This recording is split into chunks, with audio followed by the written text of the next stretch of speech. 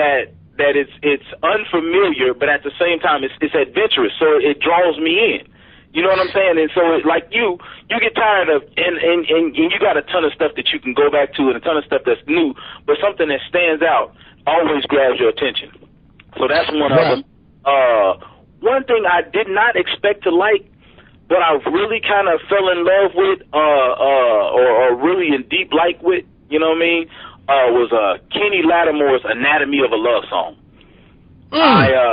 I just picked it up. I saw him on flipping through YouTube and saw he was on with Tom Joyner in the morning. So he went on and he was talking about how the album was the healing for his divorce from Shantae Moore, but it doesn't deal with his divorce from Shantae Moore. So I'm like, okay, well, how is it the healing, but you don't deal with it? You know what I'm saying? So I picked it up, and it was one of the few times, especially for men, because in my estimation, the females are outpacing the brothers in the R&B department on the creativity and the packaging and all that stuff. It's kind of like a 2-to-1. And for every 2 females that really kill it, J. Hud and Jasmine Sullivan, just for example, you might get one Raheem DeVaughn. Right. So, and somebody else come out, then you get D'Angelo. You know what I'm saying? And so for him to come, and I've never been a huge fan of Kenny Lattimore, like the first album, couple singles along the way, but for this it was throwback, but it was current, and his voice is just right in the pocket, where a lot of people don't want to sing anymore. A lot of brothers, especially, kind of trying to do talk R&B or talking B. You know what I'm saying? He's singing and he's laying it out in a way that lets you know that the love song is not dead, especially for black artists, for black R&B men. The love song is not dead. So that's another one that I really dug. I really appreciated his last. Well, I don't even know if that was the last one, but it was the one. The lead-off single was, or he redid the Norman Connors song. Dang, I know he had something. Yeah. Yeah, Star, yeah. You that album right there, he had a lot of material on there, man, but I really didn't, besides you, I wouldn't have known anybody else to share that with that would have really gave it the right listen. So yeah. I thought that one was great. And then I think him and Shantae might have put out an album together, you know, the duet thing, Ashford and Simpson or whatever, and I don't know how well that worked, but yeah, man, so like I said, Marsha got me started. I didn't buy Marsha's first one. I heard the single with the video with her friend was a homosexual or gay or whatever. Yeah. And that was cool, but like you said, her voice, I thought she did the runs and her unique style. I thought she did it a little excessively. But one thing that really kept her on my playlist was that live version of Just Say Yes from the Floetry album. The live version. Yeah. That was one thing that let me know she had a lot of go, but I still didn't get into it like that. But like I said, when I saw her now, you know, I thought it was criminal that she didn't get a Grammy for that album, and I mean it's kind of why we're talking about this right now. But like I said, I thought Jasmine's return to the scene with Reality Show, I really liked that album a lot. I thought it was one thing that I mentioned to you about Mary J. I think one thing that's kind of hamstrung her is Mary is still putting out albums with like 17, 18, 19 songs on it. Yeah. And I'm just like, Mary, we don't have, you know, today, Mary, I mean. Yeah. I got down and give me the cream of the crop. I ain't got time to go through all that. Give me 50 minutes worth of playtime and we good. You know, my commute is only 22 minutes, so. Right. And it ain't hard enough for you to take it into a workout, or, you know what I'm saying, when you really can lock down an hour or hour and 15 and sit with it. Yeah, it is, yeah. I'm with you on that one, man. So, like I said, Jasmine's album was beautiful. I saw she sold like 30,000 in that first week, which was a pretty decent sign. But it was great to see her out of retirement. D'Angelo's album, man, I just felt like, I mean, I loved it. And his appearance on Saturday Night Live was, I thought it was game changing for R&B music, because we usually don't see black musicians in a black band. So I thought his live performance on there was a game changer. I don't think he really came with any videos and really worked the album, but that's deep. That's deep. Yeah, and he seems to be, which I like. He seems to be comfortable in his own skin and not trying to play the game, and I'm thinking he banking on, or was banking on, the live aspect that, it's been 14 years. Wherever I go, they gonna show up. You know what I'm saying? And so I was really surprised not to catch. I mean, not a clip of nothing. The SNL, like you said, was cool. And to piggyback on what you were saying, that not normally do you not get a black artist and you don't get a black band, but you don't get a black artist that's trying to be black on SNL hardly. You know what I'm saying? Right. My album is Black Messiah. Come on here, we all black. I'ma look like Jimmy, a little chunky, and we gonna lay out these songs the way I want them to come out. I really respected that. He wasn't trying to trying to hit 500,000 in the first week or whatever. He wasn't playing the game. I like that, man. Right. So now we mentioned Raheem Devon. I think, man, if Raheem would have came out in the mid '90s and rolled through the 2000s, man, he might have been a multi-platinum selling dude every time out. But now, he was on a major for a while. I think the last 2 albums have been independent, man, but I think he's still putting out some of the best sound in R&B. I like that he keeps it feature-free. He doesn't really do he had Ludacris on the one joint a couple albums ago, but for the most part, he gives us R&B. Right. And he gives us everyman R&B. Exactly. You know what I'm saying? It's not a gimmick. It's not a package. And it's R&B that I'm cool with. My mom is 65.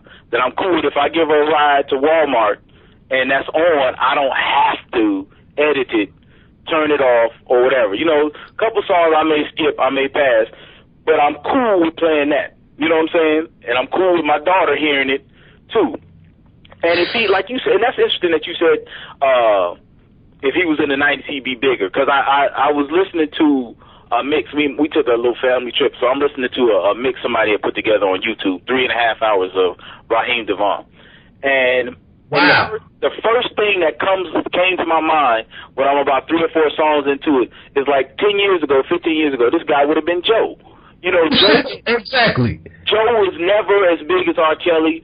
He came in the heels of that R. Kelly, Aaron Hall sounding like brother Tip, and he kind of carved his own lane of humble but yet steady R&B, not really flashy, not really gimmicky.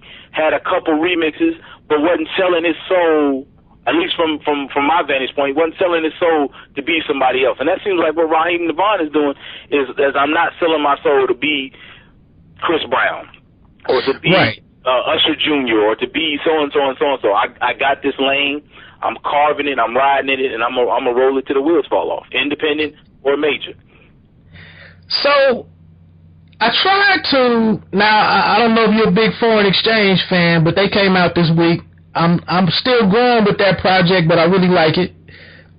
You familiar with the foreign exchange? Yeah, and my brother put me on it.